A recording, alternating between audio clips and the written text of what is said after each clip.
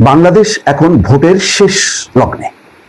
ঠিক এই সময় সবচেয়ে বড় সংখ্যাটা কি ছিল বলেন তো? আইন শৃঙ্খলা পরিস্থিতি অথবা নিরাপত্তা।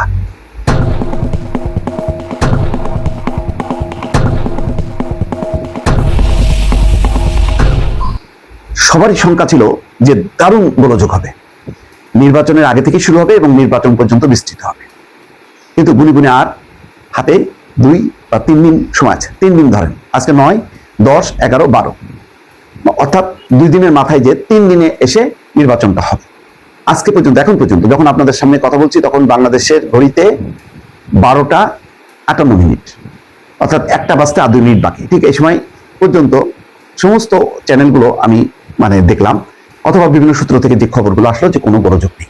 সবচেয়ে গুরুত্বপূর্ণ ব্যাপার হচ্ছে যে এই মুহূর্তে ঢাকায় আজকে সম্ভবত শেষ সময়, আজকে বা কালকে কটা পর্যন্ত যাই না, শেষ নির্বাচনী প্রচারণা। এবং জামাতের আমির একদিকে, অন্যদিকে তারেক রহমান ঢাকার একেবারে বিভিন্ন থানায় থানায়, ওয়ার্ডে ওয়ার্ডে ঘুরছেন। একটা চমৎকার পরিবেশ, কোনো উত্তেজনা নেই, কোনো গোলযোগ নেই।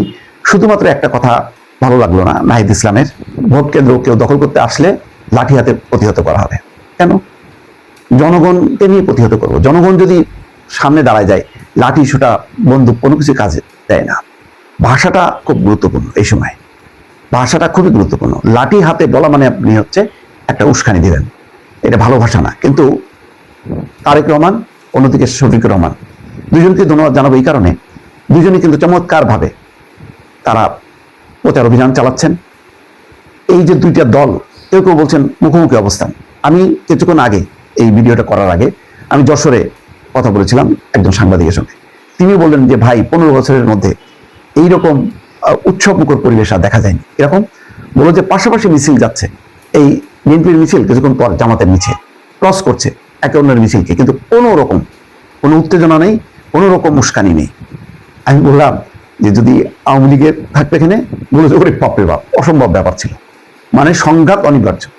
তিনি আরো বললেন যে নির্বাচন এলে 2, 4, 5টা খুন, এটা একটা নিয়মিত ব্যাপার ছিল, এখন কিন্তু নেই। তার এর আগে একতরফা নির্বাচন হবার পরও এরকম খুনোখুনি হতো, এইবার প্রতিদ্বন্দ্বিতামূলক তীব্র।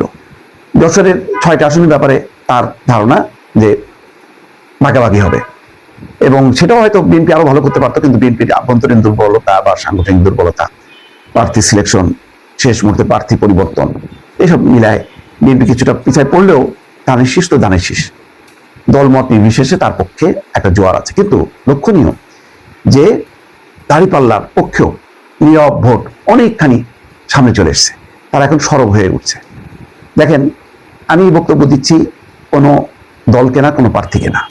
আজকে আমি জানি, আজকে কালকে অনেকে সোচ্চার হবেন, একেবারে কিভাবে বদনাম করা যায় দাঁড়িপাল্লাকে, কিভাবে বদনাম করা যায় ধানের শীষকে, যা যা খুশি সবকিছু করবেন। কিন্তু সবচেয়ে বড় কথা হলো যে এবারের নির্বাচনে কোন দল বিজয়ী হলো তা না, এবারের নির্বাচনকে বিজয়ী করা আমার মনে হয় যে খুবই গুরুত্বপূর্ণ বিষয়। কারণ গত 3টা টার্মে নির্বাচন পরাজিত হয়েছে, ভোট পরাজিত হয়েছে। এবারের কিন্তু সবচেয়ে বড় বিষয় হচ্ছে ভোট বা নির্বাচন জয়যুক্ত হইতে হবে। ডক্টর মোহাম্মদ ইউনূস কিন্তু বলেছেন যে এবারের নির্বাচনটা হবে অন্যতম সেরা একটা নির্বাচন। বলা যায় না, এটা কিন্তু হতেও পারে। হ্যাঁ, আপনি বলবেন যে এটা একদম পূর্ণাঙ্গ হলো না, কারণ আওয়ামী লীগ নেই। এখন আওয়ামী লীগ কেন নেই? এইরকম একটা পতনের পর আওয়ামী লীগ না থাকাটা কি স্বাভাবিক না? স্বাভাবিক। এর আগে কি হলো? গণতান্ত্রিক নির্বাচনের নামে 3টা নির্বাচনে বিদেশিরা এত অনুরোধ করলো, শেষ পর্যন্ত বিএনপিকে তো নির্বাচনে রাখা যায়নি, জামাতকেও রাখা যায়নি।